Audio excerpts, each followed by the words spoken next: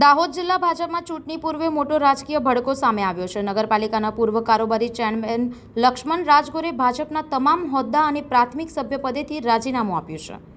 મળતી માહિતી મુજબ નગરપાલિકાની ચૂંટણીમાં ટિકિટ ન મળતા લક્ષ્મણ રોજગાર નારાજ હતા અને પક્ષ દ્વારા ટિકિટ ન ફાળવાતા તેમને આક્રમક વલણ અપનાવ્યું છે।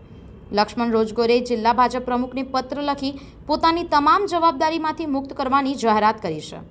ચૂંટણી ટાણે જ ભાજપના દિગ્ગજ નેતાઓને છેડો ફાડતા સ્થાનિક રાજકારણમાં ભારે ગરમાવો આવ્યો છે। જ્યારે આ ઘટનાથી જિલ્લામાં રાજકીય સમીકરણો બદલવાની શક્યતા પણ વ્યક્ત કરવામાં આવી રહી છે। મેં આજ રોજ ભારતીય જનતા પાર્ટીના પ્રાથમિક સભ્ય અને સક્રિય સભ્યપદેથી રાજીનામું આપ્યું છે।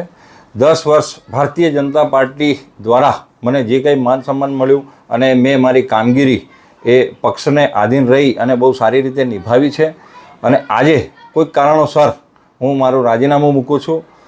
અત્યાર સુધી મને ભારતીય જનતા પાર્ટી તરફથી કે મને જે પણ પ્રતિષ્ઠા અને જે કામગીરી કરવાની તક મળી તે બદલ ભારતીય જનતા પાર્ટીનો ખૂબ ખૂબ આભાર।